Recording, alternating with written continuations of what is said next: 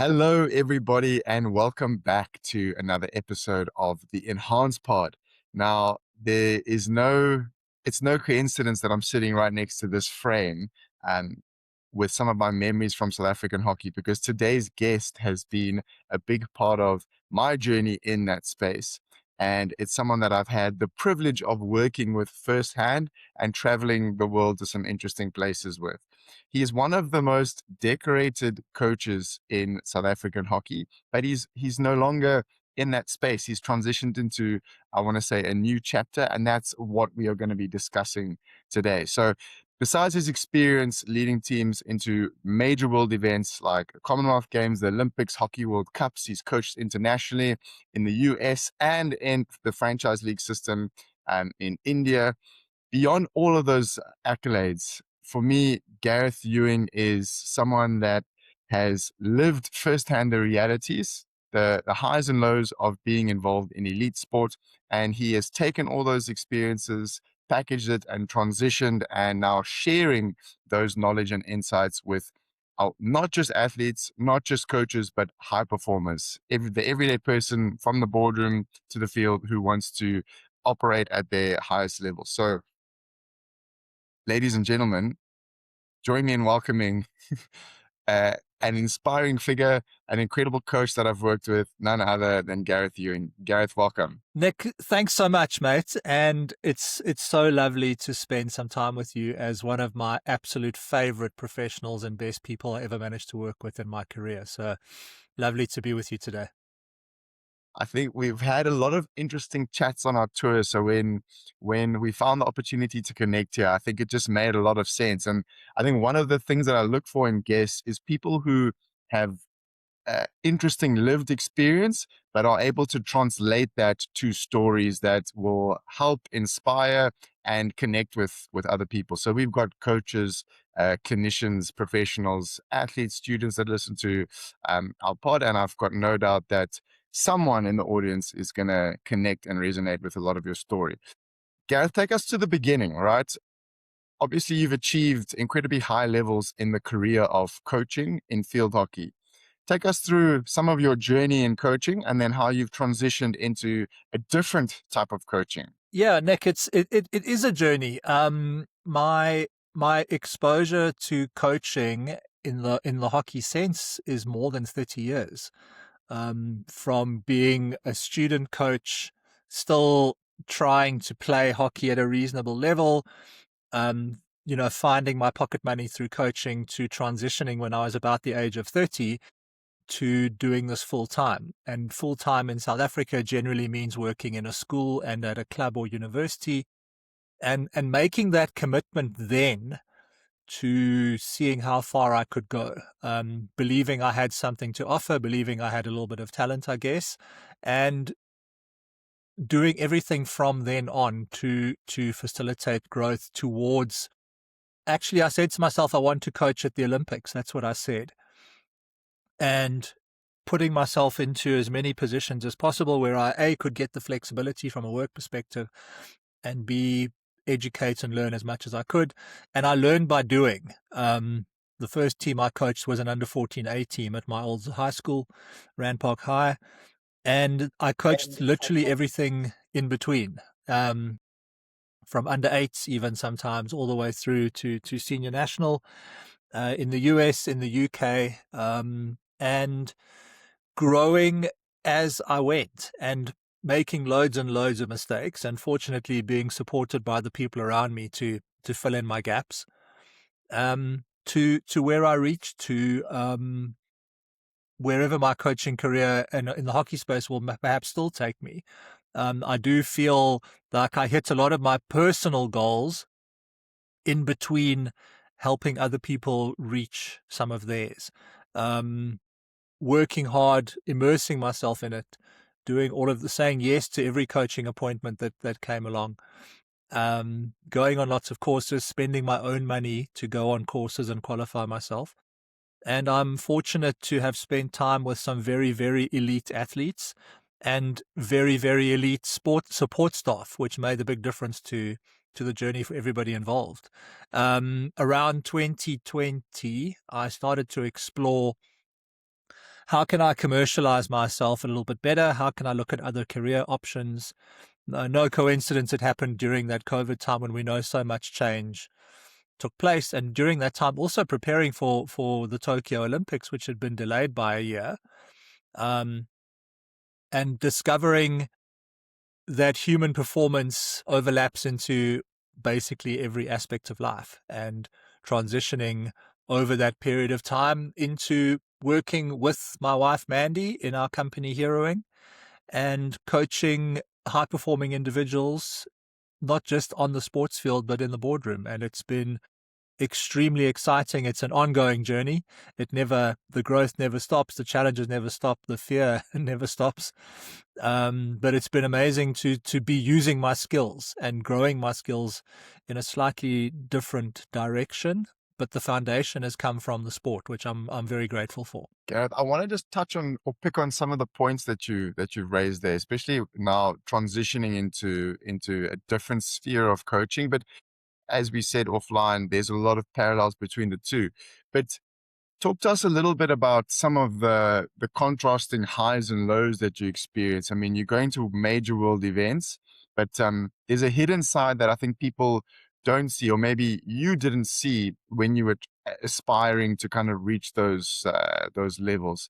I think being in that space as well myself, you see it with athletes, coaches. We don't often talk about it, but there's a part of our identity that gets wrapped up in this constant achieving, constantly on, constantly, traveling, and this like addictive dopamine rush.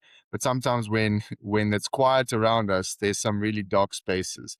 How do you kind of unpack those two, especially when you're now kind of translating that experience to your current clients? Nick, it's when I look back at my coaching career, Charles Dickens, I'm going to misquote him, comes up a lot. It was the best of times and it was the worst of times. The extreme highs of competition is something you cannot replicate anywhere else. For me, I absolutely adored it and I loved it, and I felt that I was the best version of myself on the pitch side. And even in even in the 24 hours before a game, I felt like I was in the best version of myself. And then immediately afterwards, there's a little crash, and you start to ride this wave, and you start to chase. You actually use the word there, the addictive nature of high performance, because you can't get it anywhere else. Not in a non substance abusing way, shall we say. It's such a rush, and I loved it. I felt like I was quite good at it, and when I wasn't there, all I could think about was getting back to it. So coming back to, I always use the term coming back to buy groceries when the day before you were in Tokyo was always a challenge, and you would be getting excited for the next one, even though you knew you were exhausted and what it took out of you. And in the South African sports setup, I think we're still learning about true professionalism and being able to compartmentalize. And I never quite got there in terms of my own experience, and always trying to make it better for the team, and trying to, I sound like I'm making this about me, but trying to protect the staff who could just get on with the hockey and get on with running their little piece of it. And let me worry about fighting with administrators. Let me worry about fundraising. Let me worry about the stress pieces. Keep it away from them. Of course, that meant I was taking all of it on. And I think a lot of coaches do that. They want, whatever environment they're in, they want to make it better. And always trying to find those improvements doesn't leave a lot of time for yourself. And even growing through systems, even going from coaching junior provincial teams to national junior teams to national senior teams, that sense of responsibility just stacked. Every time there was another layer of responsibility.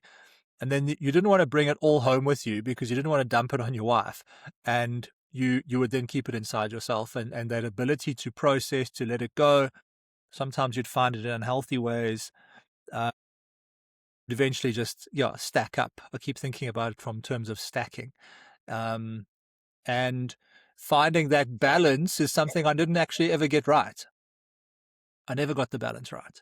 I was always on and giving as much as I could within the limits of my talent, but the effort could always be higher than the talent. And wearing myself down. As much as I loved what I did, it was also wearing me out. And having had conversations with elite coaches, much more elite than me, they've experienced exactly the same thing. I think it's sadly a very typical part of, I want to say, the coaching and even the support staff side of being in elite sport. And we're not trying to take anything away from the athletes. Obviously, the whole point of sport is to be athlete focused. But and maybe you can share some insight, maybe why it's lagging. We're now, I think, globally across a lot of sports, kind of understanding the athlete experience a little bit more and how to protect and, like you said, compartmentalize, give them space to process. But I think we're still very much behind um, that curve, supporting coaches and support staff who experience exactly the same thing. Um, if you could give advice to an aspiring coach like yourself, and I know hockey has some unique challenges in South Africa. So let's speak to kind of as broadly to all sports as possible, but to someone who is aspiring to reach the levels that you did in their sport, who's kind of, on the journey up still. You said you never managed to kind of figure it out completely. What bits and pieces of advice would you give to someone that's currently on their journey? So there's two things to that. The first one is the positive piece is say yes to everything. Go coach the under eights. Go volunteer. Get an appointment that you think you should be better than that, but go learn, because there's so much in that space to learn from, and it's being on the pitch, coaching. A rugby colleague of mine used to say, "Put your sunscreen on, put your hat on, and go coach." That's where you learn how to coach. You don't get to just go straight into the highest level appointment and be fully equipped. The second thing, in terms of the support that you need, it's all around you. It's actually with your support staff. It's with the captains of the teams. It's with the administrators. It's being as inclusive as possible rather than as exclusive as possible. I didn't realize until quite late on that I could actually ask for more support in terms of my support staff. They didn't need to be protected. They needed to be included. And if I could go back, I would do that much earlier, because they are professionals and they're there to grow and they're there to learn and they're there to support. It's kind of in the title to get that one right. And then there's another little piece to that, which is in every profession in the world, especially when you are supporting other people, is you need to be able to decompress. You need to go consult with professionals of your own. Who is coaching you? Who is your therapist? Who is the person you can offload to in a safe space? Because that's so much as a part of it, is, just saying, I'm having a hard time, or this didn't work. Hope I'm making sense. I feel like I might be rambling a little bit, but yeah. No, I think you're spot on with those, and it's incredibly, it's reflective to hear you say that, and kind of, I've been in teams with you, and I think sometimes a misconception that we have, let's say, myself as a leader in my business, just as an example, or people who are aspiring in their professional careers and are kind of leading before they have a title, so to speak. I think you spot on that we tend to shoulder all the stresses and think that's what leadership is about, just holding on to all those pieces tightly. But some of the best people that I've worked with just understand the knack of, like you say, excluding. And it's paradoxical, because you think you need to hold on to it. And when you're stressed or under pressure, you got to hold on to it all tightly. But it's a paradox, because how to actually deal with it effectively and in a more sort of healthy way is to expand and kind of share that load. I don't know why we struggle to get our heads around that, regardless of coaching or athletes or, in business and life.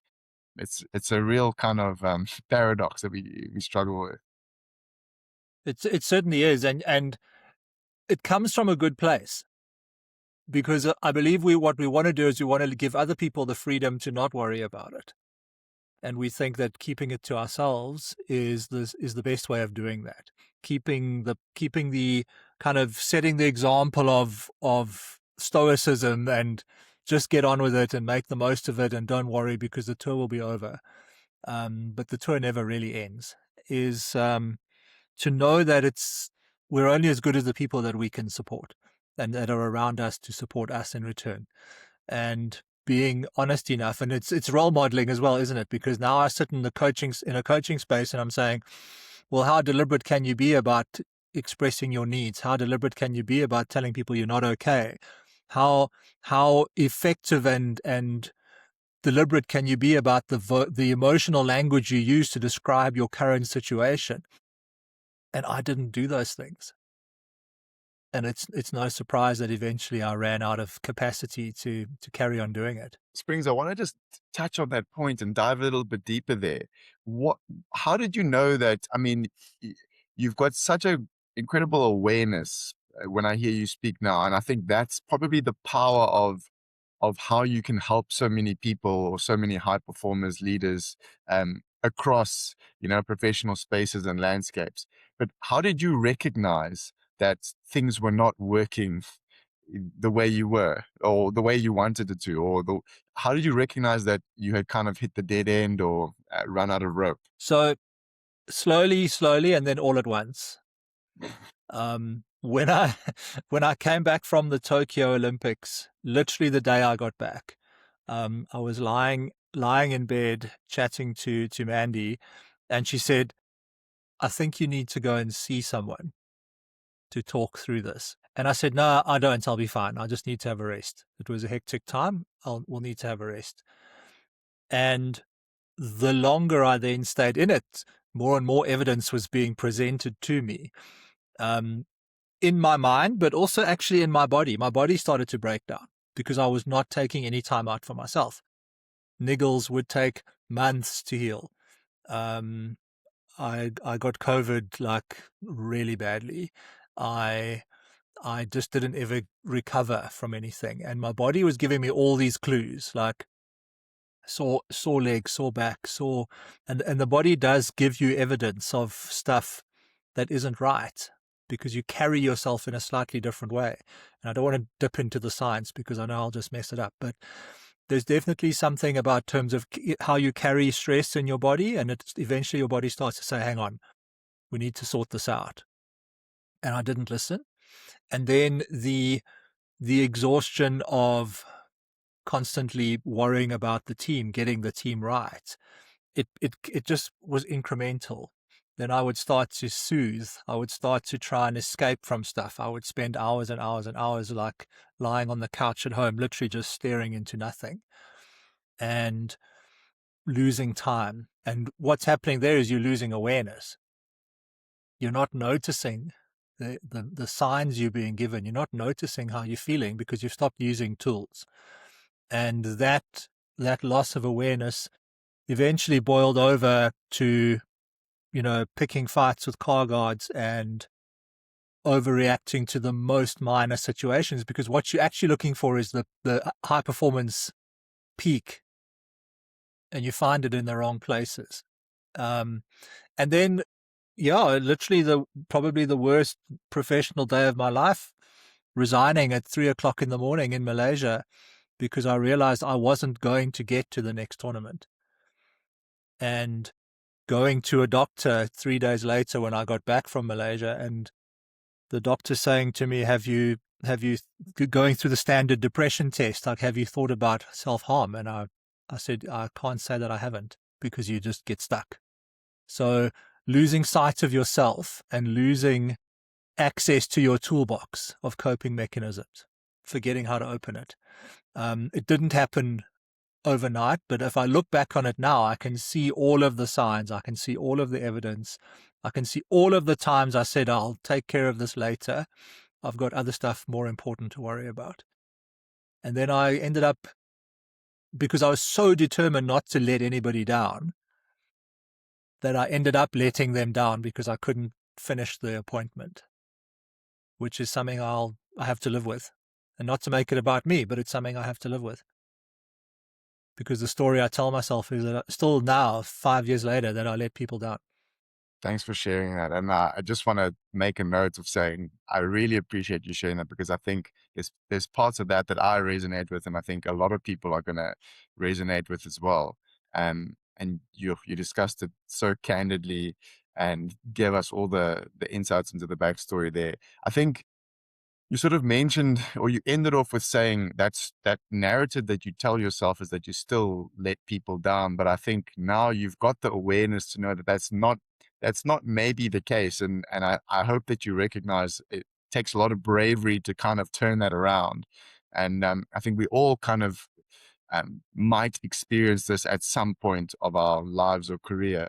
But how do you process and work on almost like loosening your grip on that narrative a little bit now, that, shifting from I let people down to actually I've made a really powerful transition and I'm doing incredibly valuable work now? Because I think that shift allows us to kind of move from that place of, okay, we've hit the bottom. We know we need to do something. We're trying to do something. We may be doing better, but I'm still holding on or being dragged back by some of those feelings when I was going through that difficult period. One of the most interesting comments that I've learned in the last few years is that we all do the best we can with the tools that we have available to us at the time. And then when we know better, we do better. So it's always a continuum. What I did then, what I said then, what I thought then, I wouldn't do that same stuff now, and I can't go back there. It's being able to acknowledge that it's all part of a journey and it's all part of a continuum. And that awareness piece, that knowing, hang on, I'm having a hard time here. I need to confide in somebody. I need to have proper rest, not just lying on the couch looking at my phone, is part of that process. And it comes from experience. It comes from exposing myself to those situations. And actually knowing that my journey isn't unique, but it is still my journey. And that being able to share it perhaps helps people. And in my current space, the context helps people to understand that what you see on the outside is not what is actually always what's going on the inside. We look at social media, we have conversations, even just normal conversations with people, and we think to ourselves, this person's got it all together, like they're high performing. Like when people say to me, again, making it a little bit about me, people say, on TV, you were so calm. Like you never jumped up and down. You're never shouting at the umpire. You always just looked like you were completely in control. And that might be what it looked like on the outside, but keeping that demeanor was taking a huge toll on me, which I didn't have a way of offloading later on.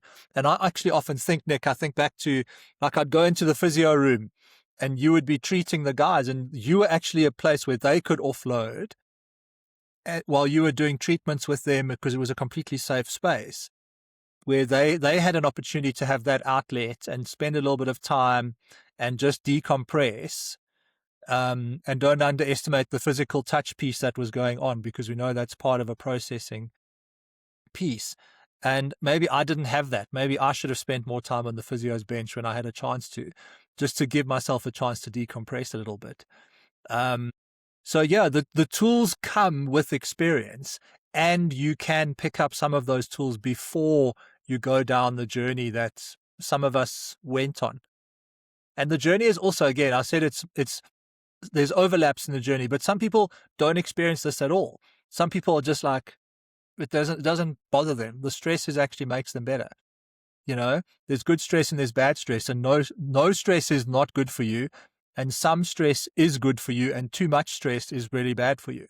It's knowing where your stress levels are appropriate and how they fit in. It's such an important piece to know that it's not a life in absence of all these stresses. It's the ability to kind of tolerate it and turn it into valuable things. Because I don't think life is ever really stress free. But yeah, you've unpacked that and put it into a story that I think it's so relatable to a lot of people. So thanks for sharing that with our audience, Gareth. I want to just I want to go in a slightly different route and maybe just ask you a little bit in your experience now.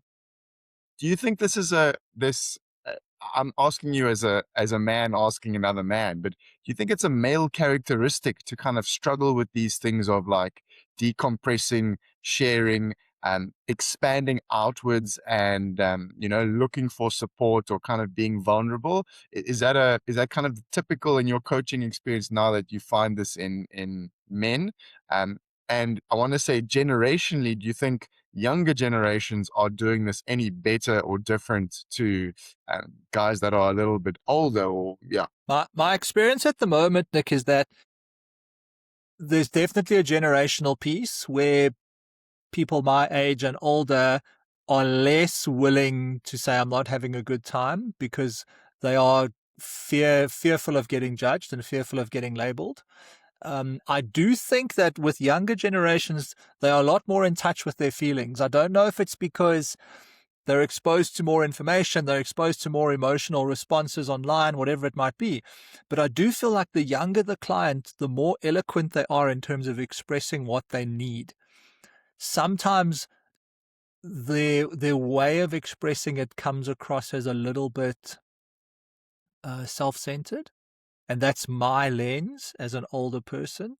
But the fact that they are willing to say, I want more from work, I want more from my social life, I want more value because I have more value to offer, I think that's incredibly valuable. And I think it's amazing that that is where people are going to. But yes, I think men, again, I am a man, so that's the only lens I can see it through. I do think we struggle more in terms of being really upfront and really eloquent about how we're feeling and how we process, and also how we rest. I'll leave it for the listeners to go find out the 7 kinds of rest, but we are not good at seeking proper recovery. I like that little piece of homework for the guests and or for the listeners.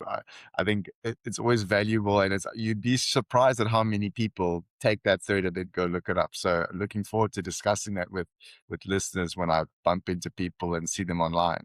Gareth, I want to just transition to a kind of different section, and I want to ask you a little bit or hear some of how your current coaching is going. Talk us through your business that you've co-founded, started with your wife, and I want to draw back to some of those parallels between coaching groups of people, facilitating teams, conversations, and how that's now translated into, I want to say, into the business, corporate, high performing everyday people, or to kind of paraphrase and foreshadow the conversation, the everyday heroes. Thank you, Nick. And yes, so Mandy Harold and myself, Gareth Ewing, we have formed a coaching and facilitation company. We call ourselves Heroing. The last 4 letters of Mandy's name is Hero, and the last 3 letters of mine is Ing. So there you go, Heroing. Sounds like a verb because the hero is you, helping people make the support structures they need themselves, helping them to have the right conversations with themselves, and helping them to ask the right kind of questions about how can I do this better? How can I be the best version of myself more consistently? How can I play to my strengths? And we're very grateful that we get to work together. Husband and wife teams is not always the easiest thing to get right. And we don't always get it right, but most of the time we really, really love working together, and it's really amazing for our clients to get 2 different kinds of energy system into a room. And yeah, the beauty of our business is we both come from leadership in different spaces. We both come from working with and in teams, and knowing that the overlaps, in my case, the overlaps between sport and business are huge, and people do love the stories. There's no doubt about it. But the problems are the same. Stress is the same. Expectation is the same. The stories we tell ourselves are the same. And being able to take some of those facilitation skills, running a preparation session, a team talk session, probably a little bit more directive than I do now when I'm asking many, many more questions and making it much more about the people in the room. And if I ever go back to coaching a team, I'll definitely be taking that with me. Is that performance is performance. high-performing people are not well-rounded. High-performing people are very good at certain things. That's what makes them important. That's what makes them high performance. All right. And the other people on your team who are also not well-rounded, if you layer all of those strengths and skills together, suddenly it looks a little bit closer to a more complete circle. So knowing how to ask for help, knowing what you're very good at, knowing where you need support, these things are really useful conversations for anybody to have. And we're very lucky to work with some very high-performing teams and to be able to have those conversations. The one other piece which I've always think about from a sports perspective is, and we say this quite a lot, when you're in the athletic space, you train for 95% of the time and you compete for 5% of the time. And that's just a number to illustrate. In the corporate space, you compete for 95% of the time and you train for 5% of the time. So how can we find more space to help the corporate athletes develop themselves, to refine their responses, to help them be the best version of themselves, not just in terms of the spreadsheet? I've never really thought about it like that, but that analogy is so it's kind of blown my mind a little bit because I think about it from a physio or like a clinical point of view, and it's such a struggle for I'm just going to say as a physio and in team sports, elite sports to grow yourself as a person and professional is so tough when you're spending 95% of your time being in that space. So either you have to, and I think it's the responsibility of the person to find the time or carve away the time to work on those pieces so that the 95% is more enjoyable, sustainable, all that sort of stuff. But again, it's like this hidden trap that we often don't get there. Yeah, absolutely. And my good friend Peter Turner, he speaks about decision quite a lot, and the origins of decision as a word is to cut. So what are you going to cut away to make a change? And that can be really hard for us to all get our heads around. And because it's a cut, it's not easy. It's another What interesting analogy. what's your sort of advice to the clinician or the professional listening to this, realizing, wow, I might not be moving in the direction that I want to because of this 95%, 5% sort of split, or the person that's in leadership in an organization. You spoke about making decisions, etc. But how do you help someone kind of commit to the change that's needed? Is it first about kind of showing them the problems or challenges that they're facing?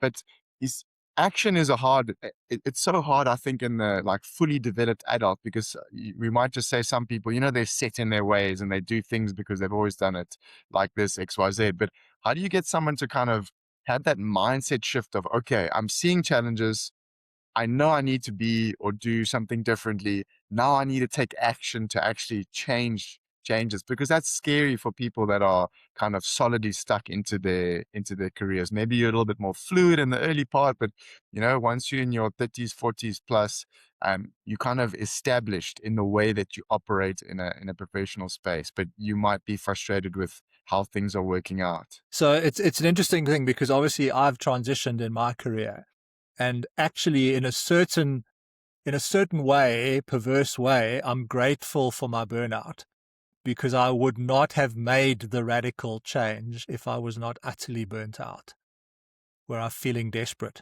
So the question is, do you want to be feeling desperate enough to make a change, or can you find a way of being deliberate about the changes that you make? We talk about self-belief as being one of the most important performance categories, which that separate successful people from the rest of us. Okay. How much do you believe in yourself? And linked to that is self-awareness. How aware are you of your situation? If you are noticing the stress, if you are noticing that you're not the best version of yourself, if you are noticing the need for a change, that's a huge positive, because it means you're still in a space to notice yourself. And that sounds like a good place to be. All right. So kind of leaving that out there is, how do we develop tools around that? But to answer your question, how do we make change? We make change by doing stuff. We make change by identifying the things we can definitely do. What is the like, even if I asked you, Nick, like, what is the one thing you know you can definitely do today and tomorrow and the next day and the next day that won't feel particularly difficult, but that will start you on a process of doing something different? Is it waking up 5 minutes earlier? Is it having one less cup of coffee in the morning? Is it going outside and taking your sunglasses off and looking at the sunlight? Like, those are small things that over time make a huge difference. We tend to think of change as being radical. Don't get to the point where you have to make a radical change. Start with small changes and then add to them over time. That's really great, actionable advice there, Springs. And I just think of, like, you've pointed everybody in the right direction, because I would agree with you. It starts with noticing or noting or having that sort of self-awareness. But I think, going back to your stacking, if you don't, it can stack up to a point where you're forced to then do something more drastic. And I think that's probably what we're trying to highlight with this conversation, is that it's great to be ambitious in your career, and we want to hear the stories of someone that's, achieved at the highest levels of international sport, but who's also had the contrast of, when things go wrong, how do you kind of rebuild and restart again? So yeah, I want to just kind of wrap it up, but thanks you for sharing such incredible insights into your own journey, and then also into kind of, how you're currently helping all sorts of everyday heroes in their own space. Just to end off, Gareth, one more sort of take from you. I want to ask you, for the person that is listening and wants to kind of know, how do they connect with heroing, and how do they kind of get more insights, or maybe one-to-one coaching? How do they connect with yourself and Mandy? I'll link your LinkedIn into the episode description, because you share a lot of really valuable things on that. I've been enjoying reading. But how do people make contact with you and kind of find a little bit more about how you could potentially help them? So it's Heroing, HEROING.global is our website. That's a really good place to start. You can contact us directly from there. You'll also find myself and Mandy on Instagram, on Facebook, on all the usual channels. Just search Heroing or Heroing Collective, and you'll find us there. And yeah, I'm totally available for you to share email addresses, cell phone numbers, if people just want to have a conversation, hear more about where I went wrong so they don't have to. And yeah, just get out there on social media. You'll find us there. So maybe I think that's the perfect place to end, and just to say thank you, Gareth, for your time. If you're looking to make a change, or if you've been inspired or kind of resonated with some of Gareth's story, I think if you listen to the whole conversation, you know that the next step is to take action, because you've had the awareness. Now take action, connect, read a post from Gareth or from Heroing, go to the website, drop a DM, and there will be kind of a natural progression of how you can improve your current situation from there. So I want to say thank you for sharing so honestly and in a vulnerable way. And I mean, even as a friend and colleague that's been following your journey, I had new insights and revelations. So for the person that's listening for the first time, I think you've really given an incredible behind the curtain sort of view of, what you've been through. So I want to just say thank you for sharing that.